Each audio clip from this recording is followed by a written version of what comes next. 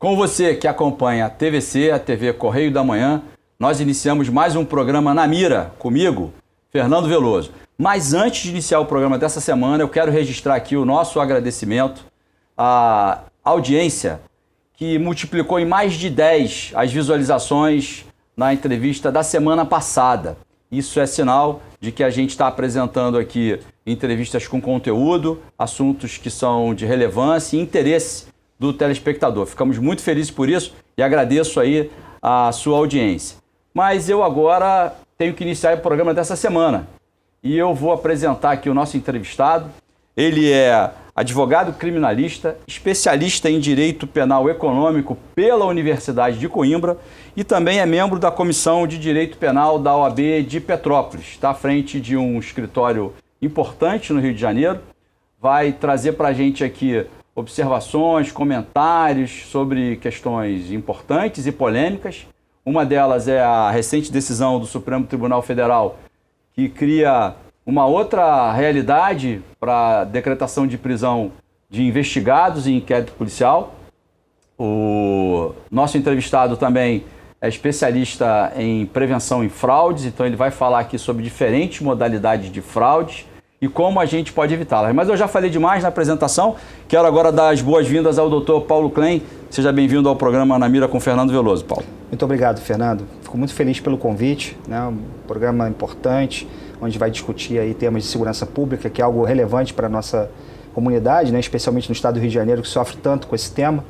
Então, para mim, é um prazer muito grande estar aqui e poder discutir com uma pessoa tão qualificada quanto você. Muito obrigado. Isso aí, que bom, obrigado. A gente já entrevistou aqui delegado de polícia, a gente já entrevistou o comandante da Guarda Municipal e hoje a gente traz para o universo aqui onde a gente debate segurança pública, trazemos um advogado, né? Porque isso demonstra, né, o que a gente já vem afirmando em outros momentos, que a segurança pública ela é multidisciplinar, ela tem que ter diferentes olhares. Então, o olhar do policial é importante, o olhar do operador do direito, do promotor, do defensor, do juiz, mas também do advogado. E aí, entrando direto no assunto, Paulo, a gente já lançou aqui o primeiro tema, que é essa decisão recente do Supremo Tribunal Federal, que mudou as condições, que impôs condições novas para a decretação de prisão cautelar das pessoas que são investigadas em inquérito policial. Dá um panorama para a gente, como é que ficou essa situação, o que isso representa, já vai lançando a tua opinião para o nosso telespectador da TVC, já ir tomando o pé de como é que ficou essa situação aí.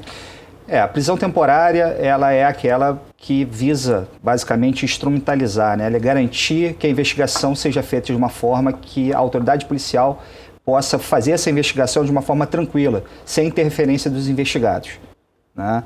Ela só é possível em determinado rol taxativo previsto na própria lei, né, que determina que somente em alguns crimes é possível se decretar a prisão temporária, né? E ela é possível pelo prazo de 5 dias e em alguns casos renovado por mais 5. E nos casos de homicídio, ela pode ser decretada por até 30 dias, renovada por mais 30 dias. Na verdade, essa decisão do Supremo, muito embora tenha sido, por algumas pessoas dita como polêmica, na verdade é uma consolidação daquilo que a doutrina e a própria jurisprudência já vinham entendendo, né? Que, primeiro aspecto que foi, de certa forma, dito como inovação, mas não é bem uma inovação, que é a questão da contemporaneidade. O que é isso? O fato que daria ensejo ao pedido de prisão precisa estar ali contemporâneo, ou seja, um fato ocorrido há 1 ano, há 6 meses atrás, não pode dar ensejo a uma prisão agora, né? Não faz sentido que um fato ocorrido lá, vamos dizer, um homicídio ocorrido em janeiro do ano passado. Só agora a autoridade policial resolve pedir a prisão desse investigado para a elucidação do crime. Até pode acontecer, mas não faz muito sentido se esse fato aconteceu no ano passado, só agora a autoridade policial, depois de 1 ano, vai representar por essa prisão. A não ser que haja um fato relevante, né, tenha descoberto no decorrer da investigação que ao longo desse 1 ano, esses investigados tenham tentado atrapalhar a investigação. Deixa eu pedir uma pausa aqui. Pois não. O doutor Paulo tem muito conhecimento e eu vou tentar desacelerar um pouco para aquele telespectador que não faz parte do universo da segurança pública. Perfeito. Então a gente está falando de uma prisão cautelar, que é aquela prisão que acontece a pessoa não foi condenada ainda, não Isso. teve julgamento. Tem uma investigação, alguém é suspeito. Não tem nenhum processo muitas vezes. Não tem nem processo. Isso ainda está em âmbito policial, não foi para a justiça ainda. Então a polícia está investigando ali um fato, Sim. tem suspeitas de que determinada pessoa ou pessoas estão envolvidas naquele fato. Isso. E aí o delegado entende, ou o promotor entende, justiça. que há necessidade da prisão daquele suspeito. Isso. Então isso é chamada prisão cautelar. Isso. Essa decisão do Supremo recente, agora da semana passada, impôs alguns outros requisitos sim. que, à vista de algumas pessoas, complicam, dificultam um pouco mais essa prisão cautelar. É uma prisão provisória. Ninguém foi considerado culpado ainda. Perfeito. E aí o doutor Paulo está colocando para a gente que há uma dessas inovações seria essa contemporaneidade. Contemporaneidade, que vem a ser algum fato novo, mais recente, contemporâneo. Isso. Então, se aconteceu alguma coisa no passado há muito tempo, a polícia só descobriu agora. Isso. E ela diz, olha, eu preciso prender por conta desse fato que aconteceu lá atrás, há um ano atrás, o Supremo está dizendo, não pode não. Não pode mais. Tem que ser um fato novo.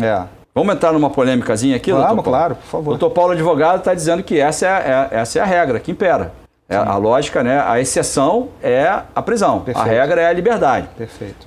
Mas isso não complica a investigação, doutor Paulo? Porque vamos levantar uma hipótese de um caso grave, né? E que a polícia só tomou conhecimento desse fato, né, hoje, mas ele aconteceu há muito tempo atrás. Perfeito. Então ele não vai atender o requisito da contemporaneidade, de fato novo. Mas o fato não deixou de ser grave e não deixou de haver necessidade da prisão ao olhar da polícia daquele investigado. Como é que fica essa situação? A contemporaneidade é em relação à necessidade, não em relação ao fato. Isso é importante destacar. Tá? Existe uma diferença e você pontuou muito bem agora. Então esclareceu melhor até para mim aqui. Perfeito. A contemporaneidade em relação à necessidade daquela medida e não em relação ao fato. Então isso. Entendeu? Talvez não tenha ficado muito claro nessa minha primeira exposição, mas agora acho que ficou muito claro. Então vamos lá, o fato é antigo, o fato pode ser antigo. Isso. Mas a necessidade da prisão, ela é atual. Perfeito. É atual. Ou seja, essa pessoa se apresentava perigosa ou ela apresentava um risco qualquer para a investigação. Ela podia interferir em outras testemunhas. Descobriu, por exemplo, a polícia está lá investigando, que seja, há um ano esse fato, né? Está dando um exemplo de um ano. E agora a polícia, no curso da investigação, descobriu que um dos acusados está destruindo prova. Descobriu isso agora? Só está acontecendo agora. Né? Então está ali numa interceptação telefônica autorizada pela justiça, está sendo monitorado, e aí ele pegou lá uma conversa entre dois acusados, falando, olha, vamos lá, vamos destruir um documento importante aqui e tal. A polícia descobre esse fato, o delegado, né, ele bota isso na investigação, relata isso e representa, porque é contemporânea, aquela necessidade é imediata de cessar aquela conduta criminosa ali. Né? Então aquela crítica de quem está fazendo, dizendo, olha, mas o fato antigo que é grave e tal, não é isso. Não é isso. O que tem que ser recente, o que tem que ser novo é a necessidade daquela prisão. Exatamente. Tem que se apresentar como nova. Exatamente. Se essa pessoa era um risco à investigação lá atrás, a polícia vai precisar demonstrar que ela continua sendo um risco hoje. Perfeito. Então não elimina, ou seja, ele era um obstáculo, ele poderia ser um obstáculo para a investigação. Sim. Lá atrás. E a polícia demonstra que ele continua sendo um obstáculo para a investigação. Está presente o requisito aí. Parece que foi apresentado, até foi sustentado pelo ministro Gilmar Mendes. Isso. É isso? Porque o que muitas vezes acontecia, essa prisão temporária é muitas vezes utilizada como uma antecipação de culpa. Mesmo sem nenhuma necessidade contemporânea, às vezes um fato antigo, às vezes a investigação ganhava corpo, se identificava a autoria e materialidade daquela investigação, a autoridade policial às vezes representava pela temporária e essa temporária depois era convertida em prisão preventiva, que depois eu posso explicar um pouco melhor a diferença entre uma e outra. Mas o que acontecia era uma antecipação da culpa, porque o cidadão começava a responder o processo já preso. Né? E isso, junto à opinião pública, acabava ganhando uma relevância, né, muito grande. E não se apontava, a autoridade muitas vezes não apontava, o Ministério Público, o delegado, não apontava a necessidade daquela prisão naquele momento, porque o fato era antigo. Então, o Supremo, já alinhado à boa doutrina, diz o seguinte, olha, então a contemporaneidade tem que estar ligada à necessidade daquele momento. Eu não posso justificar com base na gravidade abstrata do crime, isso não é suficiente, porque o crime é grave, se o crime é grave, a pena é alta. E aquela coisa do endereço... fornecer endereço, residência certa? Sim, isso normalmente quando você está acompanhando o investigado, o advogado, ele quando é dirigente, ele já, na ocasião que leva o cliente para depor, ele já deixa isso consignado no depoimento, né? O endereço dele é onde ele pode ser encontrado para intimação, dizendo que, inclusive, ele se coloca à disposição da autoridade policial para prestar qualquer outro esclarecimento que se faça necessário. Isso é uma forma do advogado esvaziar um requisito de prisão. Porque quando o investigado se apresenta e quer dar a versão dele dos fatos, quando se ele coloca à disposição da investigação, você esvazia um dos requisitos, que é justamente o investigado tentar atrapalhar a investigação. Você faz com que o juiz olhe aquele investigado de uma outra maneira. Eu estou fazendo essa provocação porque houve uma manifestação nessa decisão, e agora eu não me lembro exatamente o nome do juiz, do ministro que sustentou isso, mas que diz que o fato dele não ter residência fixa ou não fornecer elementos para sua identificação, isso por si só não permitem mais que seja decretada a prisão. Sim. Então, se ele não tivesse residência fixa ou se ele não fornecesse elementos para sua identificação, isso já era, vamos dizer assim, um motivo para a decretação da prisão cautelar, e que hoje deixou de ser expressamente por essa decisão do Supremo. Essa manifestação do MP, do Supremo Tribunal Federal, é na linha da garantia dos direitos humanos, porque nem toda pessoa, infelizmente, na realidade do nosso país, tem um domicílio, de fato, fixo, né? Muitas pessoas que moram na rua, outras pessoas que são exiladas, né? Nós temos aqui no Brasil um número considerável de pessoas que estão aí exiladas, que vieram de outros países em situação de refúgio. Então, muitas vezes, essas pessoas, de fato, não têm um endereço fixo. Então, não é justo que você imponha, né, como única condição, só o fato da pessoa não ter um endereço fixo, como condição para uma prisão. Você estaria tratando pessoas de forma desigual, e isso não é uma coisa correta. Eu quero criar mais uma polêmicazinha com o Dr. Paulo aqui mais à frente, mas fala de outros aspectos que mudaram com essa decisão do Supremo, né, quanto à questão dessa decretação da prisão cautelar. Parece que teve um reforço no sentido de que não pode haver essa prisão para se extrair algum tipo de depoimento, ou seja, para prender... Para forçar uma colaboração. Sim. Também houve essa manifestação nessa decisão do Supremo. Isso vem muito na esteira do que aconteceu na Lava Jato, né? Muitos críticos da Lava Jato disseram, né, afirmam de forma categórica que muitas das colaborações premiadas que aconteceram foram justamente em razão das prisões. Muitas delas, né, para a maioria das pessoas, pelo menos, entendeu que haviam prisões ali arbitrárias. Então, se prendeu muita gente naquele bojo da Operação Lava Jato, e muitas daquelas colaborações foram feitas em razão dessa prisão. Muitas pessoas defendem, bons doutrinadores e alguns juristas defendem, que essas colaborações, inclusive, estariam revestidas de uma ilegalidade, de uma nulidade, porque haveria um vício de vontade. Uma pessoa que está presa ali no cárcere, que nunca foi presa, e se vê naquela condição ali, né, terrível que é o cárcere, ele faz, né, muitas pessoas fazem qualquer coisa para poder sair dali, inclusive mentir. Né? Então, a tese de defesa de muitos advogados, aqui eu não vou entrar no mérito se isso é correto ou não é correto, né? Porque não me cabe fazer essa avaliação, mas muitos advogados, inclusive havia uma pressão dos advogados e até de uma boa parte da classe política, pensando em colocar na lei de colaboração que não pudesse fazer acordo de colaboração quando o sujeito estivesse preso. Ou seja, só poderia se fazer acordo de colaboração quando a pessoa estivesse solta, respondendo em liberdade, ou quando fosse solto numa decisão de um habeas corpus, justamente para evitar esse vício de vontade. Né? Mas, doutor Paulo, a gente está falando aqui com um telespectador da TVC, da TV Correio da Manhã. A gente tem operadores do direito, a gente tem policiais, a gente tem pessoas que são mais antenadas com os assuntos da segurança pública, e a gente tem pessoas que são leigas, que são de outras áreas do conhecimento, né? Da engenharia, da medicina, e conhecem isso de uma forma mais superficial. E aí eu tenho que ser um pouco provocativo. Claro.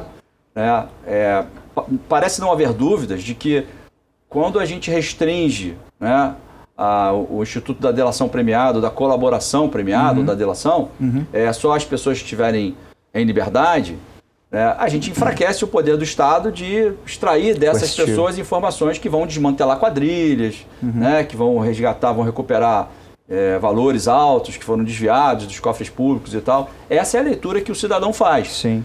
E aí eu queria, não só do advogado, né, experiente, criminalista, né, que conhece o mundo do direito, mas assim, como é que o direito explica isso para o cidadão, né, de que está na defesa, né, de um direito, né, da pessoa, né, um direito humano, mas por outro lado fragiliza um direito da sociedade de ter, né, de ver o seu aparato de Estado, através da polícia, do Ministério Público, da Justiça, recuperar muitas vezes recursos valiosos que podiam ser empregados na educação, na segurança, no transporte, na saúde. Né? O Estado fica mais amarrado, fica aí algemado. Como é que a gente explica para o cidadão isso, doutor Paulo? Eu acho que é uma questão de equilíbrio, né? Eu acho que houve excessos, sim, mas esse instrumento não pode ser demonizado. Eu não demonizo esse instrumento. Eu acho o instrumento um instrumento importante, sobretudo quando você fala de pessoas que, em algumas ocasiões, não fizeram um crime meio de vida. Muitos empresários ali, eles falam, eu fazia parte do jogo, existia um jogo, né? Se eu não participasse daquele jogo, a minha empresa não ia existir, né? Eu não ia trabalhar.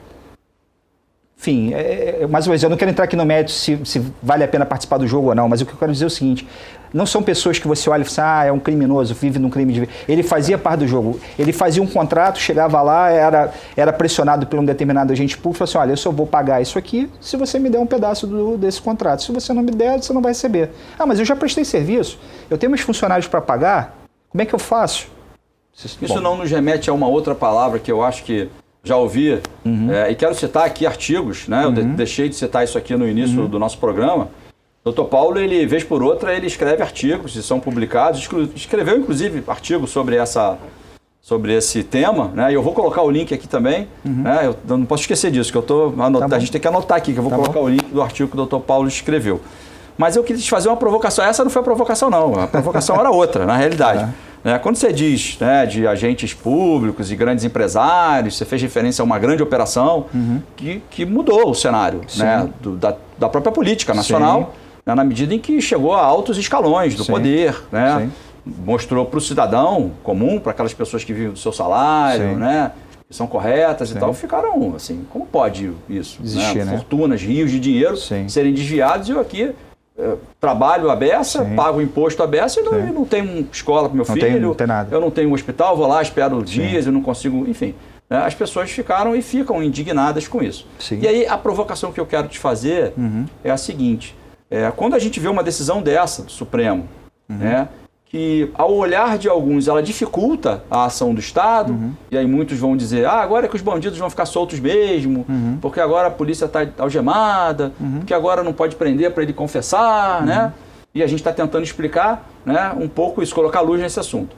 E por outro lado a gente vê, né, operadores do direito, defensores, né, dessa medida, dizendo que ela traz, na realidade, justiça, na medida em que as pessoas são tratadas de uma forma mais digna. Mais adequada. Né? Mas será que a gente não...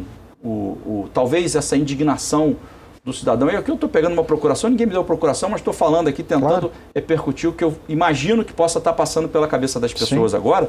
Eu sou delegado de polícia, né? O Dr. Paulo é advogado, é criminalista e conhece esse sistema.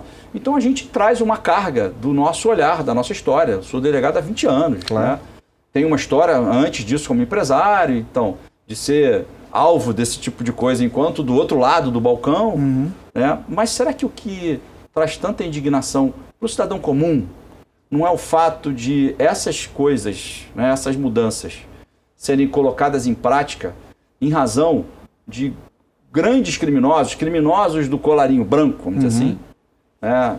Criminosos que não estão nas favelas, né? E elas acabam prejudicando, na realidade, ou melhor dizendo, elas acabam impactando naquele pequeno criminoso que é o que no dia a dia atrapalha a vida do cidadão. Né? Aquele cara que vai lá e bota o arma no vidro do carro dele para levar um telefone, aquele que comete uma violência contra o filho do cidadão e tal. Aí, essas regras têm que valer para todos. Né? Mas elas são feitas... né, na discussão dos grandes casos, como o senhor mesmo citou agora. Só que elas acabam impactando em todos. E aí a polícia, quando trabalha a microcriminalidade, aquele criminoso comum ali pequeno, ela tem que aplicar a mesma regra. Né? Será que não é isso que causa tanta indignação no cidadão? Porque ao cidadão que está ouvindo a gente aqui, ele ouve, né, sobre essas grandes operações e tal, quando o senhor passa no noticiário, quando alguém comenta e tal, mas o dia a dia dele é aquela preocupação. Né? Eu vou para o meu trabalho, vou pegar meu carro, será que naquela esquina lá costuma ter sempre os garotos assaltando ali, dei um telefone para o meu filho, será que vão roubar o telefone do meu filho de novo? Essa é a preocupação, né? A mulher, saber se a mulher está segura, se ela pode sair da academia ou sair do trabalho e vir andando para casa, passar naquela rua que é mais deserta e tal. Essa é a preocupação dia a dia das pessoas. A preocupação das pessoas não é a Lava Jato. Muito embora isso impacte, né? Se milhões são desviados, a pessoa não vai ter hospital e tal. Mas isso não está no dia a dia. E aí quando elas veem que essas mudanças acabam acontecendo por conta desses grandes criminosos, né, que não estão nas ruas no dia a dia, mas que causam um estrago até muito maior do que os que estão nas ruas, mas acaba incomodando, né, acaba trazendo uma fragilidade, aí o cidadão olha para isso e vê assim, pronto, agora é que vai ter gente roubando na rua mesmo. Porque agora a polícia não pode mais, né, prender esse sujeito, tem que fazer um monte de provas e tal, e aí, somada essa provocação, eu te dou mais uma. Será que, junto com essas medidas, que podem trazer equilíbrio para um sistema mais digno, vamos considerar isso, vamos segurar o policial que está aqui dentro de mim, né? Mas será que elas não tinham que vir acompanhadas, né, de uma estrutura para o aparelho do Estado, principalmente para o aparelho policial, né, para que ele possa fazer esse trabalho, já que ele não pode se valer de uma prisão, já que ele não pode se valer de uma série de mecanismos que se valeu durante muitos anos. Né? Então, será que isso não tinha que vir acompanhado, com a mesma ordem, com a mesma força, colocando a estrutura que a polícia precisa ter para aí ela dizer assim, não, agora eu vou atuar agora, né, de uma forma muito, né, primeiro mundo. Dinamarca. Né? Qualificar o profissional, dar ferramentas a ele de investigação. Acredito que sim. Primeiro ponto, primeiro aspecto, eu acho que são crimes diferentes que têm tratamento diferente. Né? Acho que uma das grandes críticas, por exemplo, em relação ao colarinho branco, essas operações da Lava Jato, foi que ela acabou destruindo empresas grandes, que uma empresa Odebrecht chegou a ter 30 mil funcionários, hoje não tem menos de 3 mil funcionários, né? Mudou até de nome. Foi uma empresa que causou tanto mal ao país, se viu que por conta da corrupção causou tanto mal ao país, mas a destruição dessa companhia também causou muito mal, porque você imagina, são 27 mil famílias que foram jogadas aí na rua. Então, a grande crítica... Ao invés de criminalizar as pessoas responsáveis pela empresa, é como se... Eles continuam milionários. Então, assim, a grande crítica foi assim, por que não expropriar a empresa? Então tá bom, família, essa família aqui é uma empresa familiar. Essa família vai ficar fora da companhia, essa companhia não é mais dessa família. Né? Uma encampação. Essas ações aqui vão ser colocadas no mercado, vai se estruturar uma operação para ela ir ao mercado e ela não vai mais ter participação dessa família. Essa família está impedida, inclusive, durante um determinado período, X anos, de entrar no mercado financeiro, no mercado de ações, ou ter qualquer empresa, como é um falido, né? Uma pessoa que tem uma empresa falida, ela não pode participar de uma sociedade, de nenhuma empresa durante um determinado período. Então seria isso, essa família ficaria impedida de novamente participar e o patrimônio dela pessoal responderia por essas ações criminosas, porque o que se viu é que essas famílias continuaram milionárias, né? Essas famílias que detêm a participação nessas companhias continuaram com o seu patrimônio intacto e o que foi destruído foi a empresa. O que foi dado como pagamento, os pagamentos que foram feitos em favor do Estado e da União foram com o patrimônio da empresa. O patrimônio pessoal deles não foi mexido. E isso eu achei, na minha avaliação, muito errado. Como se a gente estivesse traduzindo isso para o cidadão comum, onde a prisão doeu. Sim. Certamente a prisão doeu, porque foram pessoas Alguns foram presos também, nem todos foram presos. Outros conseguiram negociar isso. Isso antes. Fizeram lá através dos instrumentos jurídicos e tal. Mas é como se a gente ouvisse o cidadão comum, porque a sabedoria, né? Sim. A sabedoria está no povo. Onde dói mais é no bolso. Exatamente. Então, o que o senhor está dizendo é que melhor seria... Para essas pessoas, vai doer muito mais no bolso. Que elas perdessem o seu capital pessoal. Exatamente. Né, do que as empresas que geram emprego e etc. Exatamente. Você imagina para um empresário desse que está acostumado a andar de jato, ter que andar de ônibus. Chegando aqui no extremo. Andar de ônibus ia ser bom, né? Não, ia ser bom. O filho dele, ao invés de estudar no melhor colégio do Brasil, estudar no colégio público. Né? Porque o patrimônio dele todo seria expropriado. Porque o patrimônio todo dele, a rigor, foi fruto de algo ilícito. A bem da verdade, essas empresas estão aí há 30, 40 anos, independente do governo que estivesse presente, sempre trabalhando ali junto ao governo. Sempre... Jogando o jogo. Jogando o jogo. Mas de uma forma... Eu acho que tem casos de casos, mas enfim, nesse caso jogando um jogo, mas de uma forma não coercitiva do lado deles, né? Eles ali de uma forma proativa. Foi o que se viu nas investigações, pelo menos. Né? Então, o que eu vi na prática, esses empresários não foram punidos no seu patrimônio pessoal, alguns ficaram presos em determinado período, e para eles foi de fato um sofrimento muito grande, porque é algo inédito no país, né? Isso, de fato, foi algo inédito. Agora, o tratamento, como disse, eu acho que o tratamento que se dá a essas pessoas é muito mais duro no bolso do que você encarcerá-los. Né? Olha, fica a sugestão de quem entende do assunto. Eu vou antecipar um pouquinho, lá na frente a gente vai vai divulgar um e-mail aqui, doutor Paulo. E aí, se você gostou dessa sugestão, você quer fazer algum comentário, ou até fazer sugestão de outras pautas ou outros assuntos para a gente trazer, a gente vai lançar esse e-mail, vai colocar esse e-mail aí lá na frente. Mas eu vou mudar de assunto, porque a gente, né, tem muita coisa para falar. Eu quero explorar ao máximo aqui o nosso entrevistado. Prazer. E eu sei que ele tem um projeto chamado Ecos da Liberdade.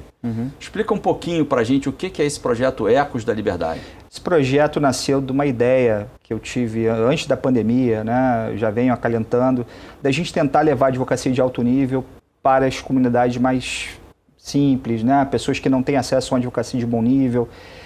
Não só no estado do Rio de Janeiro, como no Brasil, né? A gente sabe que no interior do país, infelizmente, nem sempre a gente consegue aí uma advocacia de bom nível. E também nas periferias, nas comunidades, né? Muitas vezes você tem pessoas ali, jovens advogados, até imbuídos de bom sentimento, querem fazer um bom trabalho, mas não sabem como começar. Porque a faculdade não ensina a advogar, né? A faculdade te dá o diploma, te dá um pouco de conhecimento, mas te bota no mercado e você fica sem saber como iniciar. Como você se posiciona nesse mercado hoje, tão competitivo? Como é que é advogar na área criminal? Como é que você consegue advogar dentro dos parâmetros éticos? Como é que eu advogo sem ser corrompido pelo sistema, né? Participar de coisas erradas, que infelizmente acontece. Sim, né? E acabam manchando a imagem de toda uma carreira. Como é que eu vou advogar sem me envolver com o crime organizado? Como é que eu deixo claro para o meu cliente que o cliente tem a conduta dele lá e a minha é diferente, que eu não me envolvo com essa participação. O que o cliente faz não me interessa, do ponto de vista das relações dele com a criminalidade. O interesse é eu vou defender o direito dele, direito e garantia. Eu não vou me envolver. O advogado vai defender os interesses do seu cliente, mas não é a qualquer custo. Ele tem que seguir. Custo. É como se a gente estivesse dizendo aqui, tem uma ética mínima, né? Sim. Tem um compliance mínimo. Tem um compliance mínimo. Tem um mínimo que se espera de um profissional da advocacia. É isso que o senhor está dizendo. É isso que eu estou dizendo. E esses jovens, né? O jovem advogado, quando ele começa na carreira, para que ele não seja seduzido, né? Pelo dinheiro. Motivos não tão nobres, né? Pelo dinheiro. Pelo poder. E a gente vê gente que critica, né, determinado advogado. Às vezes nós vemos nos noticiários casos graves de repercussão que causam uma grande repulsa, né? Pela maldade que está inserida ali dentro daquele fato que foi praticado ali. E aí vem um advogado. Né? E o advogado vem para defender aquele monstro. Né? A gente olha aquilo ali e fala, isso é um monstro, não tinha que ter defesa e tal. Mas na realidade tem que ter. Só que a defesa tem que ser uma defesa técnica, para que ele receba, né, a resposta do Estado, para que adequada, ele seja proporcional, punido na medida do que ele praticou. Nem menos, nem mais. Né? E acho que o jogo está justamente nisso. O advogado saber fazer isso, conseguir fazer isso. E esse projeto, ele já trabalha nisso. Como é que... Detalha para a gente um pouco esse projeto. E outra coisa acho que é importante também, Fernando, assim, quanto melhor for a defesa, quanto mais legítima for a defesa, mais legítima também é a condenação. Né? Um jogo iguais, né? Um jogo de iguais. Porque se você proporciona à defesa o amplo acesso e a ampla defesa, como diz a própria Constituição, você legitima. Quando você tem uma condenação, ela é legítima, porque foi proporcionada àquela defesa todos os meios adequados e lícitos para que houvesse aquela defesa. Então, a acusação, a condenação, ela é legítima. Quando você tem uma condenação onde a defesa foi tolhida, foi diminuída, ela não é uma condenação legítima. É uma condenação ilegal, é uma condenação injusta. Então, isso é muito importante, que as pessoas tenham essa consciência. Por mais que o crime seja bárbaro, toda e qualquer pessoa tem o direito a uma defesa técnica. Né? Uma defesa adequada. Né? Claro, o que uma sociedade quer é um criminoso punido. Né? Ninguém quer a impunidade. Nem o advogado não quer. Vale isso com injustiça, porque nós precisamos, né, ter em mente o seguinte, hoje é ele, amanhã podemos ser nós. Né? Então a gente pode se ver envolvido em alguma questão, a gente tem que ser tratado. Quanto a isso, não tem dúvida nenhuma. Eu quero lançar um outro assunto, mas eu não sei se você... Podemos pular de assunto? Podemos pular de assunto. Eu ia falar aqui sobre fraudes. Teve um aumento expressivo nas fraudes, né? Isso aumentou muito durante a pandemia. Então tem muita gente sendo vítima. Tem os golpes antigos, golpe do motoboy, golpe do cartão clonado, WhatsApp, etc. E outros novos, fraudes bancárias. Mas eu vou deixar uma expectativa para a gente falar disso depois. Esses crimes aumentaram aí, quase que dobraram do ano de 2020 para 2021. Mas eu vou pular esse assunto e vou falar de um outro que tem a ver com uma informação importante, bacana para você, telespectador aqui da TVC, da TV Correio da Manhã, para você ter. No estado do Rio de Janeiro, a gente perde muitas vidas com as mortes no trânsito. Uma outra questão que é muito grave também é a violência contra as mulheres. E a gente vê uma série de iniciativas boas nesse sentido, para dar mais assistência, para dar mais acolhida às mulheres, para que elas tenham mais motivação, para que elas se sintam mais seguras para denunciar e tal. E me pareceu importante, Paulo, a gente dar informação para as pessoas de como é que anda isso na área onde elas vivem. Então, o Instituto de Segurança Pública, ele tem um espaço lá chamado ISP Cidades, ISP Cidades. Eu vou colocar o link aqui para você acessar também. E aí eu trouxe alguns números para mostrar a importância disso, e esses números que eu vou citar aqui vão estar, a gente vai colocar uma imagenzinha para ilustrar isso, eles estão ao alcance de qualquer pessoa. Eu fiz do estado do Rio, mas você pode fazer do município onde você mora, você pode desdobrar isso para bairros. Experimenta lá que você vai ver que tem muita informação acessível lá. Você tem aquele amigo que gosta de falar de segurança pública, que gosta de dar palpite, que gosta de dizer que ele que tem a razão, por isso, por aquilo. De repente você orienta o teu amigo também, fala, olha, vai lá consultar, que eu estava assistindo o programa lá na Mira com o Fernando Veloso e ele citou isso. De repente o teu amigo, ou ele não vai ser tão enfático nos argumentos, ou quem sabe ele vai ter até mais argumentos para ser até mais enfático. Mas enfim, nós tivemos no estado do Rio de Janeiro, no ano de 2020, que é o último ano que esse espaço lá, o ISP Cidades, atualizou, nós tivemos mais de 17 mil lesões no trânsito, no estado do Rio. Nós tivemos mais de na realidade foram 2.081 mortes no estado do Rio só no trânsito. Foram mais de 1.150 pessoas que foram flagradas dirigindo ou crimes cometidos, ou colisões, ou lesões cometidas com uso de álcool. Isso representa aumentos aí da ordem de 40%. Mortes no trânsito. Se você quiser comparar, saber o município onde você mora, tem um ranking lá que esse ISP Cidades ele dá pra gente, é fácil de consultar. E aí eu verifiquei lá que o primeiro nesse ranking, Paulo, o município que mais tem mortes com acidentes de trânsito é o município de Itaboraí. Com uma população de 242 mil pessoas, no ano de 2020, a taxa por 100 mil habitantes, que é aquela taxa que mede proporcional, então ela pode ser comparada com um município que tem até muito mais população, foi de 23 mortos a cada 100 mil habitantes, em Itaboraí. E a gente sabe que tem rodovias que cortam o município lá, pode ser das rodovias e tal. Só que aí no mesmo ranking, a gente tem o município de Volta Redonda, que tem 270 e poucos mil, quer dizer, quase a mesma população de Itaboraí. Já a taxa de mortes por acidente de trânsito em Volta Redonda é menos da metade, é de 10 a cada 100 mil habitantes. Então eu fiquei pensando assim, essa informação está ao acesso de todos. Você quer saber se o seu município, onde você mora, se tem mais mortes por trânsito, menos mortes por trânsito? É um dos dados, tem vários outros. E eu quero falar sobre a violência contra a mulher também, Paulo. Perfeito. E ouvir a tua opinião. E aí a gente está falando de estupro, exploração sexual, feminicídio e várias outras violências contra a mulher. Num ranking de cidades com mais de 100 mil habitantes, ou seja, só as cidades grandes, as maiores do estado do Rio, a gente tem um outro município, que é o de Itaguaí. Para as mulheres, o município mais perigoso do estado é Itaguaí. Com 134 mil habitantes, a taxa de mulheres vítimas de violência a cada 100 mil habitantes é de 55. Então, a cada 100 mil pessoas, habitantes do município de Itaguaí, 55 mulheres são vítimas de algum tipo de violência. Já no outro município da Baixada, o de Nilópolis, que também está nesse ranking, que tem 162 mil habitantes, ou seja, um pouco mais até, 30 mil habitantes a mais do que Itaguaí.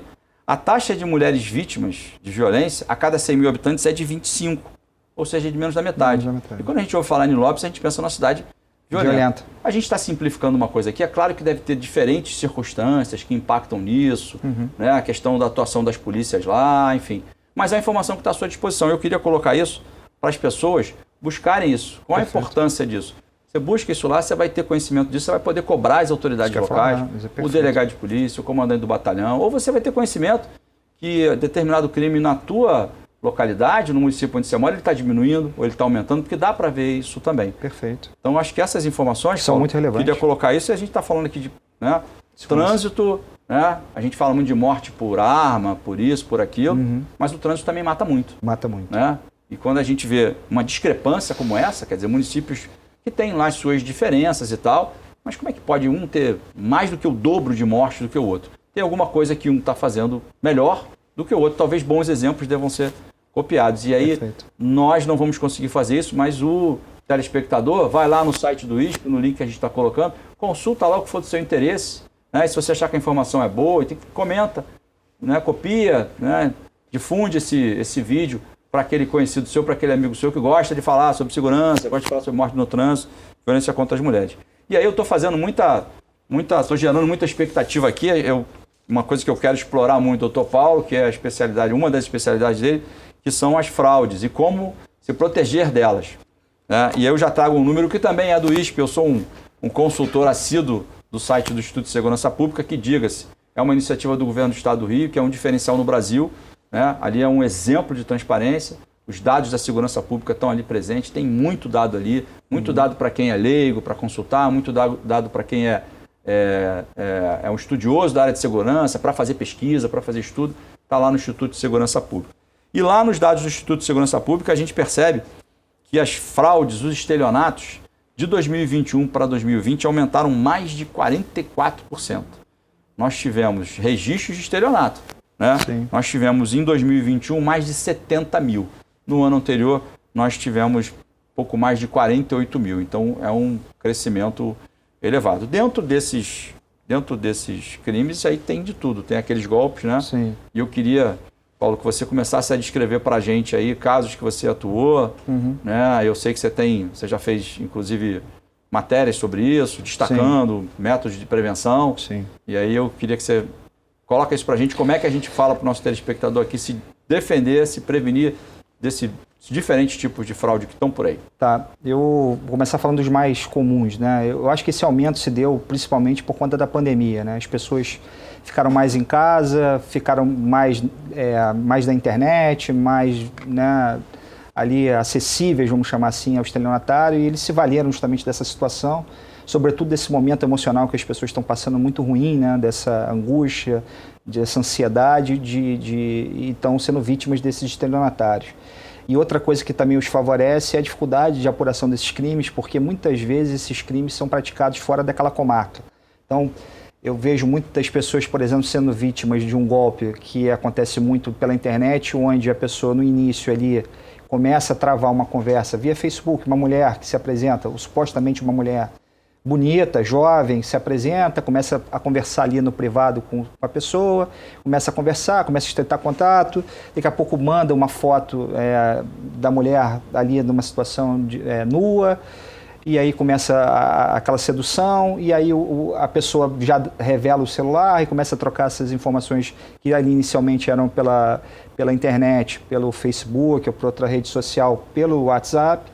Já mudou da rede social, já veio para o contato direto. Exatamente. E aí começa a troca de mensagens, e aí em determinado momento se apresenta uma pessoa se dizendo pai ou mãe daquela mulher, dizendo que ela supostamente, que não é mulher nada, né? Não é nada de mulher, mas enfim, dizendo que é pai e que a menina ali era menor de idade e que ele estaria praticando crime de pedofilia. O cidadão, se vê desesperado, fala assim, olha, eu vou botar isso na tua rede social, falando que você é pedófilo, eu tenho aqui os prints da conversa você falando com a minha filha está com um problema aqui, vou ter que botar ela internada num hospital, e o tratamento é 30, 40 mil reais. Olha aí. E aí o cara fica desesperado, muitas vezes é uma pessoa, um empresário, né, uma pessoa ali com uma imagem a ser, né, preservada, e ele cede aquela chantagem, né, aquela extorsão, e de fato deposita esse dinheiro na conta desses bandidos. É uma organização criminosa, são pessoas que estão ali realmente organizadas para a prática daquele crime, e é uma quadrilha estruturada, porque tem um cidadão que faz o contato, você tem um cidadão que se apresenta como a mulher que manda a mensagem, a suposta mão, o suposto pai, fazem vídeo, editam isso, é algo sofisticado, não é algo simples. E aí depois começa a extorsão, e aí tem uma outra parte da quadrilha que fica responsável por receber esse dinheiro nas contas e depois distribuir esse dinheiro para a quadrilha. Então, e está movimentando muito dinheiro. Quer dizer, começa como quem não quer nada, não quer nada. O cara está na rede social. Então, atenção homens, hein? Atenção homens. Sim. Os seus lindos olhos castanhos claros podem não estar seduzindo tanto assim quanto vocês imaginam. Exatamente. Né? O cara está lá na rede social, no Instagram, no Facebook. Sim. Aí, de repente, do nada, Começa a tocar foto. Uma linda menina ali dizendo que você é um charme, você é isso e aquilo, aí o sujeito vê a sua autoestima ali, né, de alguma maneira fortalecida. E aí ele dá conversa para aquilo ali, não conhece. Às vezes manda foto. Às vezes tira foto própria aí já começa a se comprometer. Exatamente. Né, e aí quando a coisa vai evoluindo, né, a pessoa revela que na realidade, em princípio, né, diz que é uma menor de idade, aí a pessoa já fica preocupada. E aí, enfim, aí coloca... E aí aí tem uma outra parte da quadrilha que fica responsável em simular que é uma delegacia de polícia, aí manda uma intimação falsa pelo WhatsApp, o policial começa a ligar, o suposto policial, né, que na verdade é o bandido, começa a ligar, fala, aqui é da delegacia tal, eu estou intimando para o senhor vir aqui na delegacia, só que se descobriu agora recentemente uma organização criminosa estava fazendo isso no Rio Grande do Sul. Né? Eu ia falar justamente sobre o Rio Grande do Sul, porque por acaso, pessoas do meu conhecimento, Paulo, assim, já me ligaram preocupadas com isso, dizendo, olha, está acontecendo assim e tal. O que eu faço? Mas foi pelo menos umas 4 pessoas, para 4, né? Porque isso está acontecendo demais. E ela justamente, um suposto policial do Rio Grande do Sul, que mandava lá a foto de uma intimação e tal. E na hora, mandava foto da carteira. A foto da carteira, exatamente. Quer dizer, você vê que isso funciona como uma indústria. É uma indústria. É uma indústria. Mas você vê, teve um cliente que foi vítima de 40 mil reais.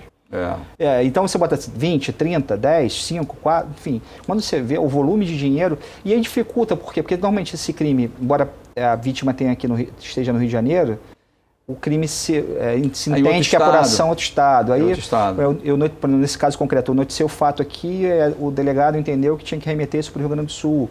Aí a demora, porque isso não, pelas vias ordinárias, né, isso não é feito por e-mail. Então, isso é feito por malote. Para recuperar esse dinheiro, então, não vai recuperar. Como é que a gente, o que a gente sugere para o telespectador? Não caia nessa. Não caia. Primeiro aspecto, não dê conversa para pessoas estranhas na internet. Por mais que isso possa parecer sedutor, por mais que isso possa lhe dar ali um autoestima maior naquele momento, desconfie. Desconfie, sobretudo se for, né, uma mulher bonita, uma mulher jovem ali que esteja tentando com aparência, né, de tentar te atrair, né? Não que uma mulher bonita não possa te seduzir ou que queira ter alguma coisa com você, mas tome cuidado, vai verificar quem são as pessoas da relação dela, veja se tem alguma pessoa conhecida da sua relação, né? Porque é isso, você começar e nunca mande foto sua para alguém, né, que você não conhece. Se receber foto também, tome cuidado, porque pode ser de fato uma foto de uma menor e isso é crime. Você veicular, você transmitir uma foto de um menor em cenas de sexo ou cenas de nudez é crime. Às vezes as pessoas não sabem disso. Isso é importante dizer isso, porque você pode até não cair no golpe. Exatamente. Mas o mero fato de você receber aquilo, de repente repassar ou fazer... Você já está... Independente do golpe que você pode deixar de ser vítima, mas você já está enrolado em outra coisa, né? E aí o estelionatário, sabendo disso, já manda uma foto também envolvendo uma menor, porque ele sabe que a vítima do estelionato, daquele crime, não vai comunicar. Porque assim, se eu for na delegacia comunicar que eu fui vítima de um crime de estelionato, eu vou ter que falar que eu estava trocando foto de menor. E aí o delegado vai ter que investigar também. Há uma resistência. Há uma resistência. Então isso tudo é pensado pelo estelionatário. Então esse é o primeiro golpe que eu tenho visto muito, infelizmente, né? Sobretudo os homens, né? Sobretudo os homens mais maduros, vamos chamar assim, né? Têm sido vítimas desse crime. Outro golpe que eu tenho visto muito é o famoso golpe do WhatsApp, onde a pessoa clona a conta do WhatsApp. Isso é uma febre. Isso é uma febre. Né? E isso é relativamente fácil de você evitar que seja vítima. Como é que eu faço para você evitar de ser vítima de um crime como esse? Só porque a maioria das pessoas devem saber, mas vamos só explicar, vamos como é que funciona. Explica mais ou menos. O golpe do WhatsApp é o seguinte, de alguma forma, há maneiras da pessoa clonar o seu WhatsApp em outro número, em outro telefone. Normalmente eles usam artimanhas, histórias diferentes, cada hora é uma história diferente, mas basicamente consiste em você recebe uma mensagem lá, um SMS, com um código, né, que foi ele tentando habilitar o seu WhatsApp em outro número, e aí só que o sistema, o WhatsApp, o seu telefone está cadastrado, ele vai mandar, né, uma senha de confirmação para o seu telefone mesmo. E aí eles já ligaram para você contando a história lá, cada hora é uma história diferente, mas dizendo, olha, para você receber esse prêmio, enfim, para alguma coisa acontecer, você tem que me dizer o código que você recebeu aí. Quando você diz esse código, teu telefone é clonado, aí ele passa a ter o teu WhatsApp no outro aparelho, acessa os teus contatos lá e ele começa a fazer, dependendo da variável aí do golpe, ele começa a pedir dinheiro para os amigos, enfim, começa a fazer uma série de coisas. Como é que a gente evita isso, Paulo? Só um pequeno dado também importante, porque agora eu tenho visto não só a clonagem, mas o que os estão fazendo? Acho que as operadoras conseguiram botar algum mecanismo ali para evitar essa clonagem, e eles estão pegando um outro chip e estão pegando a sua foto que está disponível na internet e colocam naquele número. Sim. E a pessoa começa a mandar, começa a descobrir os contatos, começa a mandar para os contatos esse pedido de dinheiro. Então, como é que você evita isso? Se você receber um pedido de transferência de dinheiro ou pagamento de um boleto de uma pessoa da sua relação, por mais próximo que possa ser, pode ser teu filho, pode ser teu pai, tua mãe, faça uma ligação, pega o telefone e ligue para essa pessoa para confirmar, de preferência por vídeo, porque você vai estar vendo, porque às vezes também tem isso, o estelionatário é tão sofisticado que vai imitar a voz, né? Sim. E às vezes a pessoa naquele desespero de querer ajudar, de querer fazer, nem percebe que a voz não é do filho ou do parente ali, ou do amigo, e faz a transferência. Eu vejo muitas pessoas ali, muitas pessoas foram vítimas desse golpe, faziam transferência sem verificar nada. Havia o pedido ali, aparecia um boleto, o pessoal, tá bom, pago. Depois fala assim, não, aquele dinheiro que eu te paguei... já foi. Já foi. Então ligue para saber, fulano, você está me pedindo isso mesmo? Quando você liga, você já acaba. Ou então quando você bota ali, já aconteceu comigo, de botar assim, vou te ligar agora. O cara bloqueia você e ele bloqueia na hora. Passa para outro. E passa para outro. Então esse é um cuidado simples. Não faça nenhum pagamento em favor de ninguém e não faça nenhuma transferência se antes você verificar se aquela pessoa que está te pedindo, de fato é a pessoa. Através de uma ligação simples, seja por telefone ou por vídeo. Essa é a melhor maneira de você evitar cair nesse golpe. Tem aquela verificação em 2 etapas também? Também é outra forma interessante também, que você, no próprio celular, né, você configura lá a confirmação em 2 etapas. Isso. E você vai lá e coloca. Também é uma boa forma de você evitar que o seu telefone seja clonado. Porque se ele for clonado, ele vai estar sempre pedindo uma outra senha, que é a senha que você tem. Exatamente. Grava essa senha, não esquece ela, né? Perfeito. Mas é uma maneira de evitar. Perfeito. Você falou de ligarem, tem um outro golpe famoso, antigo também, né? A gente às vezes até duvida, assim, será que ainda tem gente caindo nesse golpe? Mas tem. Eventualmente tem pessoas caindo no golpe, aquela falsa extorsão, né, que a pessoa liga e simula que alguém está... Algum parente está sequestrado, ou houve um acidente, Sim. conta uma história, ela sempre é uma história muito bem contada, a história é sempre muito bem contada, né? E aí exige que você faça um pagamento, muitas das vezes... E eles ligam nos horários que você está ou está dormindo, ou acabou de acordar. Eu já recebi esse telefone, por exemplo, 5 horas da manhã, estava acordando. A pessoa está meio desorientada e aí eles começam a fazer aquela extorsão, né? Começam a criar aquele clima de terror e muitas vezes a pessoa, por não conseguir falar com aquele ente, que supostamente estaria ali... Né? É porque eles travam a ligação, eles dizem que você não pode desligar. Exatamente. E aí a pessoa acaba cedendo. Já houve muitos casos, relatos de colegas meus e delegacias em que eu atuava, que as pessoas afirmavam com convicção, era a voz da minha filha, era a voz do meu filho. Sim. Porque a mente sugestiona e a pessoa acaba acreditando. Sim. Então, acho que trabalhei em casos assim, que principalmente pessoas de idade, né, elas saem de casa, às vezes pegam um Uber, vão para determinado lugar, se colocam numa situação de risco, pode acontecer coisa pior ainda do que simplesmente o golpe.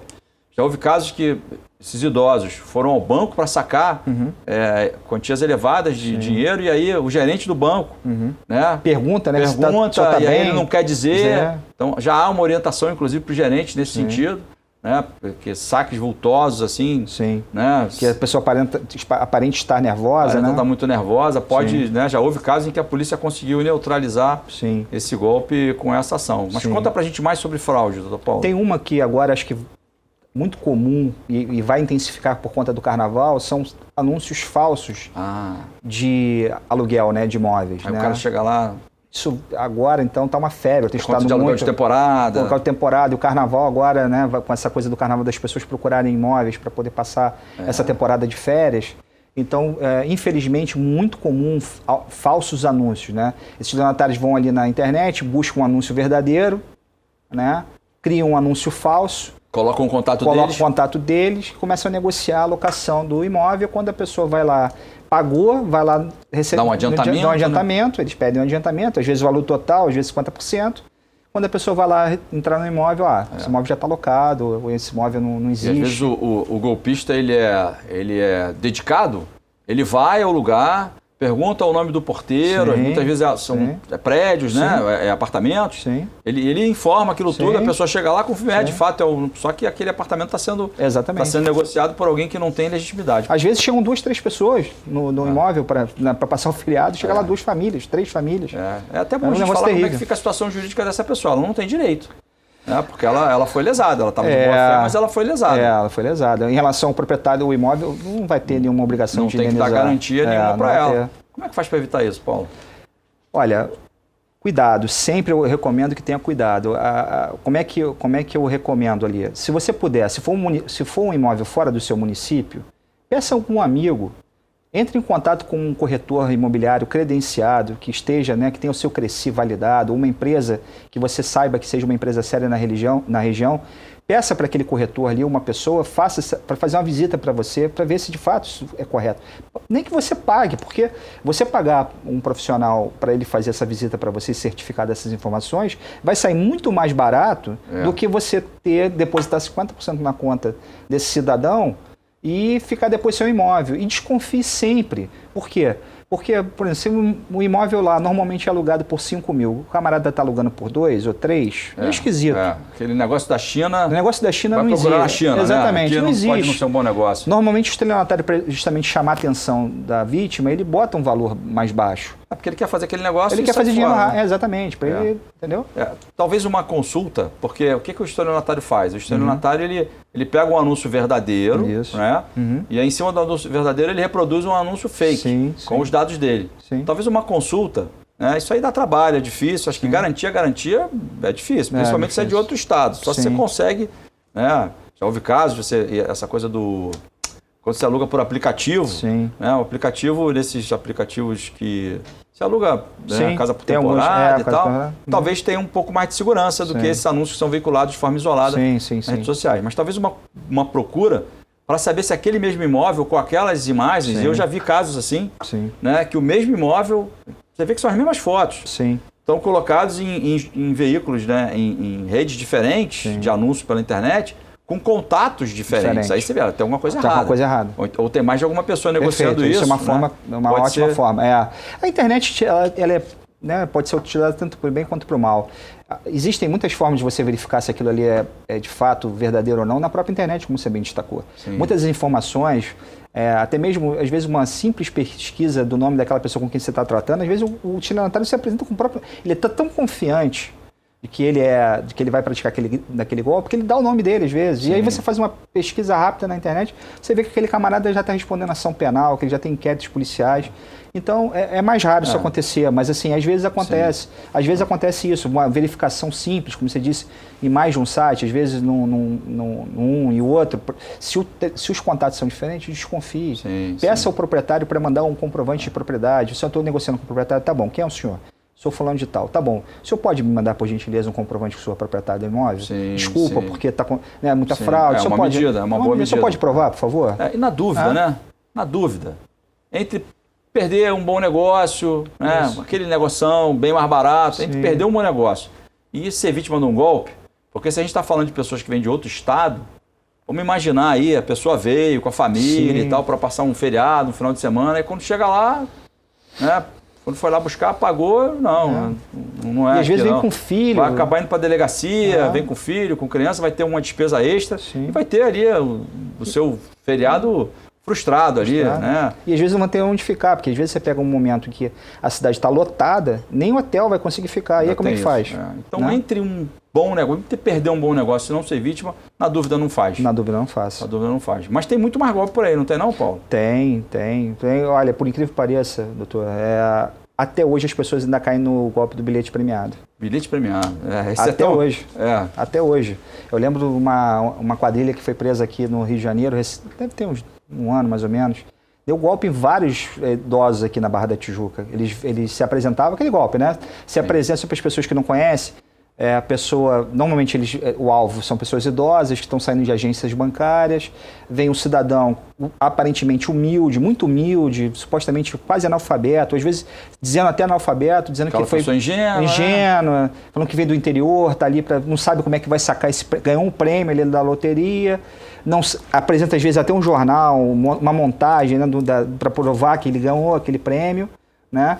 E aí diz o seguinte, olha, eu não sei, eu não tenho documento, eu não sei como é que eu faço para sacar esse dinheiro, ganhei aqui 50 mil reais, mas é o seguinte, eu não tenho como sacar esse dinheiro. Se você me desse 5 mil ou 10 mil reais, eu vendo esse bilhete de pessoa, o senhor vai lá e saca, porque qualquer um que se apresente com esse documento aqui pode ir lá sacar. A pessoa vê aquela facilidade, né, fala assim, poxa, eu vou dar aqui 5 mil, vou receber 50, tá bom. Vai lá dentro, volta na agência, saca o dinheiro, entrega o estelionatário, pega o bilhete, e quando, evidentemente, vai na agência para sacar o dinheiro do prêmio, não é verdadeiro. E, infelizmente, isso é muito comum ainda. Hoje em dia é muito comum ainda. Paulo, como delegado de polícia, uma postura que eu sempre adotei, é porque quando a gente narra essa história assim, né, o telespectador está lá, está aqui acompanhando a TVC, está no programa aqui na mira com o Fernando Veloso, Dr. Paulo Klein e tal, e assim, não, mas eu não vou cair num golpe desse, né? Isso é muito simples, pelo amor de Deus. É óbvio que não. Mas não é bem assim. Não. Então, uma postura que eu sempre adotei com o estelionatário, ele é extremamente perigoso. Então, eu nunca fiquei frente a frente com ele. Porque se a gente pergunta alguma coisa a ele enrola a gente de uma maneira, porque ele tem resposta para tudo, e a resposta é sempre muito bem.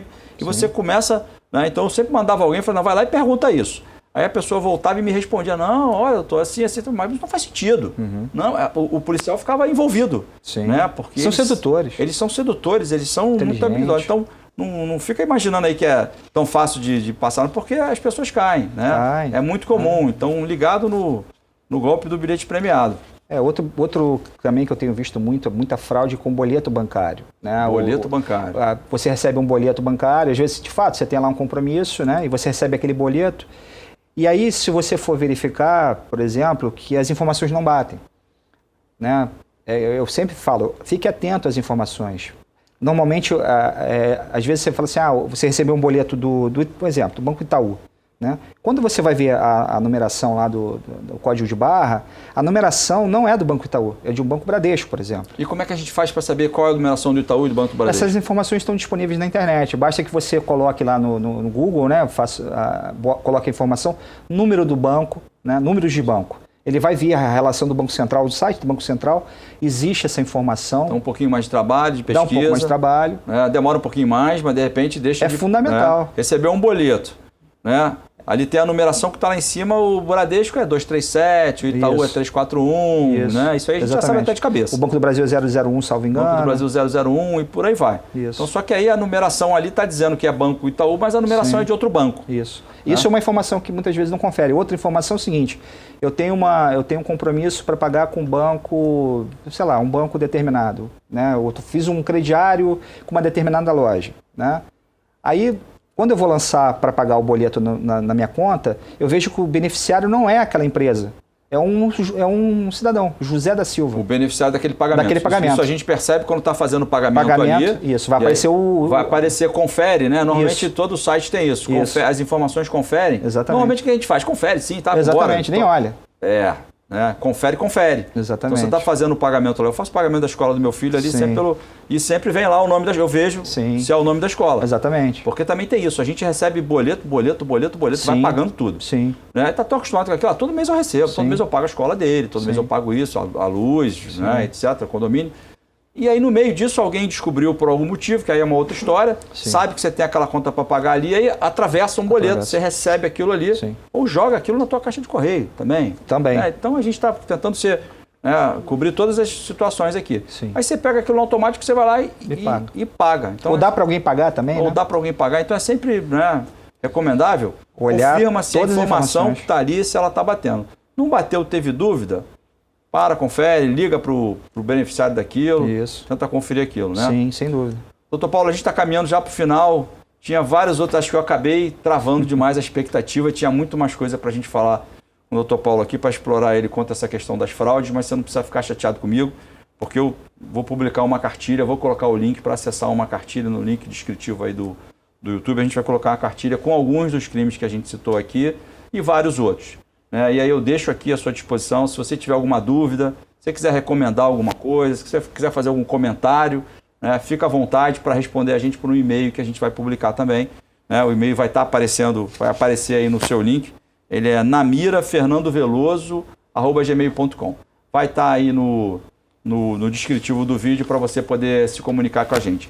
Doutor Paulo, a gente está caminhando já de fato para o final. Eu queria deixar aí quase um minuto para você dar uma fala para a gente, que se você se dirigindo ao cidadão, se dirigindo ao telespectador da TVC, da TV Correio da Manhã, né, com o teu conhecimento, que você conhece como advogado criminalista, à frente de importantes ações que muitos já assistiram até na televisão. Primeiro, eu queria te agradecer o convite mais uma vez. Eu acho que esse programa é fundamental para a gente trazer aqui ao conhecimento da sociedade assuntos da área de segurança pública que são relevantes, né, para a nossa sociedade, especialmente o cidadão do Rio de Janeiro que é vítima, né, dessa violência que, infelizmente, está sendo sempre muito grande, né, e ataca em todas as frentes. Então, esse tema sempre é muito importante, essa discussão é muito relevante e fico muito feliz de poder participar. Eu acho, Fernando, que acreditar que a polícia é a única solução para a criminalidade, eu acho que é o grande problema da nossa sociedade. A polícia é só uma parte da solução. Nós precisamos investir muito em educação, e educação precoce. Esses exemplos que você acabou de citar, de acidentes de trânsito e violência doméstica, precisam ser levados ao colégio, às crianças. Nada melhor do que você botar desde a infância, desde a tenridade, essas crianças aprendendo que a violação de regras de trânsito e a violência contra a mulher é algo extremamente nocivo. Então, se você consegue implementar isso desde cedo nas crianças, eu tenho certeza que a gente vai ter um futuro melhor. Né? Então, acho que esse é o recado que eu posso deixar. A gente deveria investir mais em educação e isso vai ter reflexo na segurança pública. Vai ter mais. Qualquer dia desse, o doutor Paulo está voltando aqui, a gente agradece. É uma honra, um prazer grande trocar ideia com ele. Conhece muito, sabe muito. E a arma que a gente vai colocar à disposição das pessoas aqui, do cidadão, no programa Na Mira com Fernando Veloso, é o conhecimento. A nossa preocupação sempre é trazer conteúdo, discutir, você concordando ou não, mas a gente está colocando conhecimento aqui, que acho que é isso que conta, e as pessoas formam a sua própria opinião e aí fazem as suas críticas ou não. É isso aí, gente. O programa vai ficando por aqui. Você que acompanha a TVC, na semana que vem tem mais um. Se você gostou, compartilha isso com um amigo. Se não gostou, compartilha também. Vai com o amigo, gosta, critica, e aí a gente vai mudando o programa nessa medida. Obrigado pela audiência que a gente já tem, que já multiplicou aí por mais de 10 da semana passada, e a gente se encontra semana que vem com outro entrevistado aqui.